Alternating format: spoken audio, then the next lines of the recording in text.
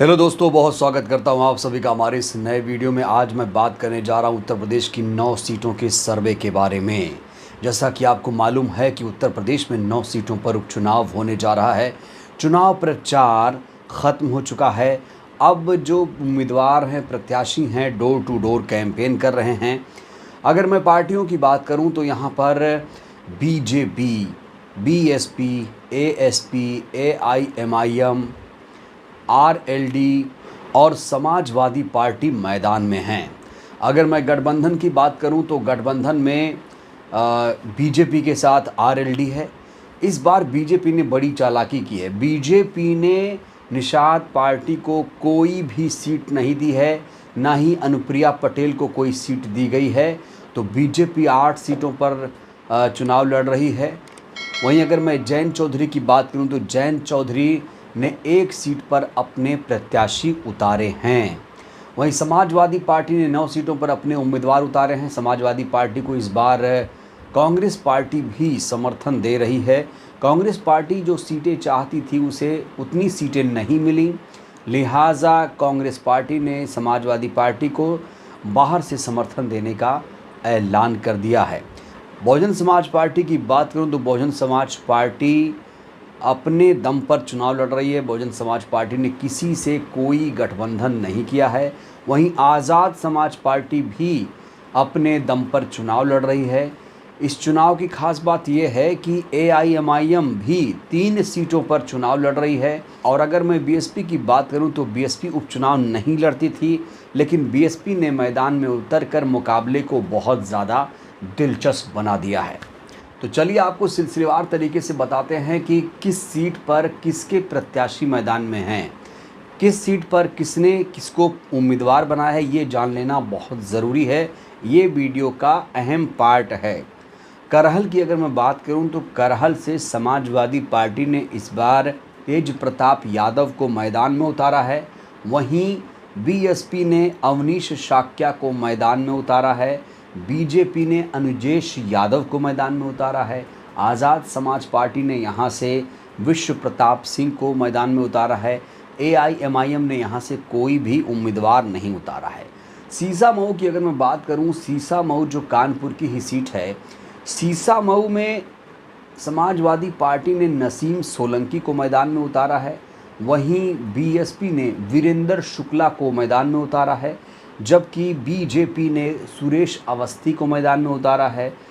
खास बात यह है कि आज़ाद समाज पार्टी ने इस सीट पर कोई भी उम्मीदवार नहीं उतारा है, ना ही एआईएमआईएम ने यहाँ से कोई प्रत्याशी उतारा है। अगर मैं मुरादाबाद की कुंदरकी की बात करूँ तो कुंदरकी में समाजवादी पार्टी ने मोहम्मद रिजवान को टिकट दिया है। वहीं बीएसपी ने रफ़ातुल्लाह को मैदान में उतारा है, जबकि बीजेपी ने रामवीर सिंह को मैदान में उतारा है।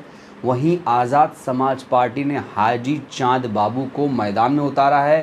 ख़ास बात यह है कि एआईएमआईएम ने यहां से मोहम्मद वारिस को मैदान में उतारा है।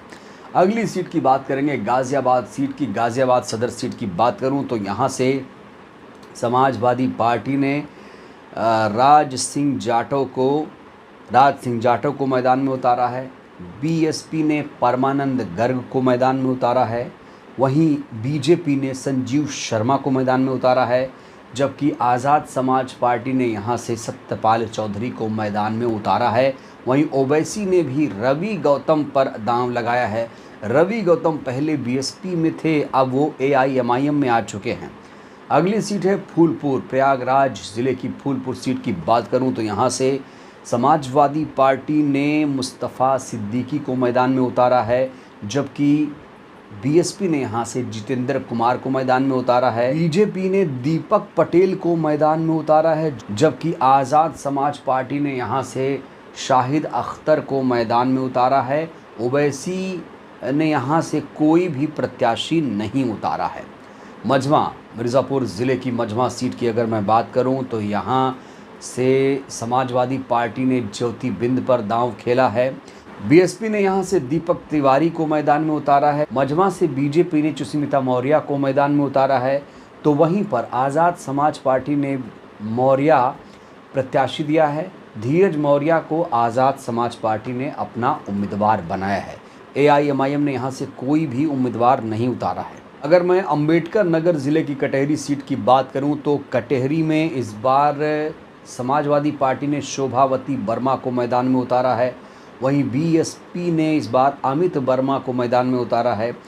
अगर मैं बीजेपी की बात करूं तो धर्मराज निषाद पर दांव लगाया है बीजेपी ने। एएसपी की बात करूं तो एएसपी ने यहां से राजेश गौतम को मैदान में उतारा है। एआईएमआईएम का कोई भी उम्मीदवार यहां नहीं है। खैर सीट की बात करेंगे, अलीगढ़ ज़िले की खैर सीट की बात करें तो यहाँ से समाजवादी पार्टी ने चारू कैन जी को मैदान में उतारा है, तो बीएसपी ने यहाँ से डॉक्टर पहल सिंह को मैदान में उतारा है, जबकि बीजेपी ने यहाँ से सुरेंद्र दिलेर को मैदान में उतारा है। वहीं आज़ाद समाज पार्टी ने भी अपना प्रत्याशी यहाँ से उतारा है, नितिन कुमार चौटेल को मैदान में उतारा है। एआईएमआईएम ने यहाँ से कोई भी उम्मीदवार नहीं उतारा है। अगर मैं मुजफ्फरनगर ज़िले की मीरापुर सीट की बात करूँ तो मीरापुर में समाजवादी पार्टी ने सुंबुल राणा को मैदान में उतारा है। वहीं बीएसपी ने शाहनज़र मुस्लिम उम्मीदवार को मैदान में उतारा है, जबकि आरएलडी ने यहाँ से मिथिलेश पाल को मैदान में उतारा है। वहीं आज़ाद समाज पार्टी ने यहाँ से जाहिद हुसैन को मैदान में उतारा है। वहीं एआईएमआईएम ने यहाँ से अरशद राणा को मैदान में उतारकर मुकाबले को काफ़ी दिलचस्प बना दिया है। तो चलिए अब सिलसिलेवार तरीके से सर्वे की बात करेंगे। अब आपने समझ लिया कि कौन कहाँ से प्रत्याशी है, कौन कहाँ से चुनाव लड़ रहा है, और आपने पूरी भूमिका समझ ली। अब आपको सिलसिलेवार तरीके से बताते हैं कि किस सीट पर कौन जीत रहा है और कहाँ कांटे का मुकाबला है। सबसे पहली सीट है फूलपुर।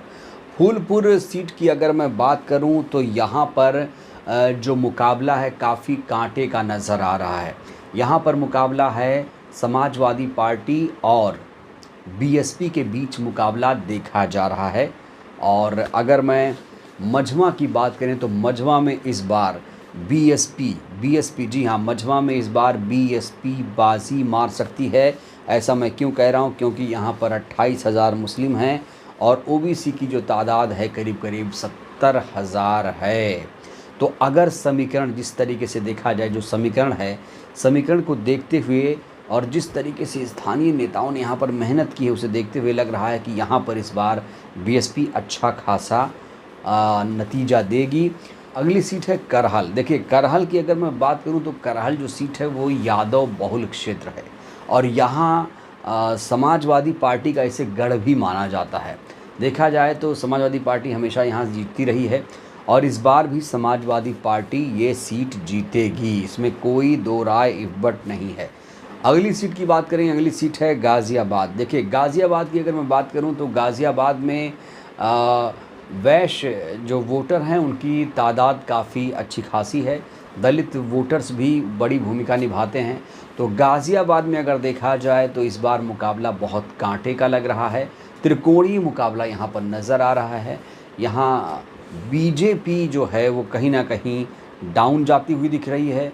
यहाँ आज़ाद समाज पार्टी भी है, बीएसपी भी है और समाजवादी पार्टी भी है। मुकाबला काफ़ी रोचक यहाँ पर हो सकता है।